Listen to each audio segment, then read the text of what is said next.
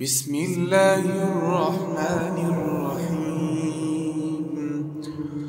ألم تر كيف فعل ربك بأصحاب الفيل؟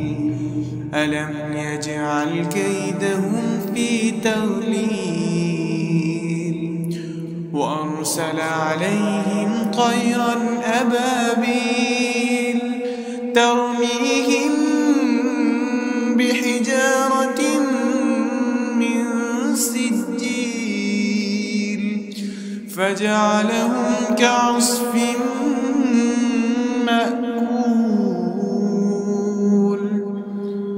ألم تر كيف فعل ربك بأصحاب الفيل؟ ألم يجعل كيدهم في تضليل وأرسل عليهم طيرا أبابيل ترميهم بحجارة من سجيل فجعلهم كعصف مأكول.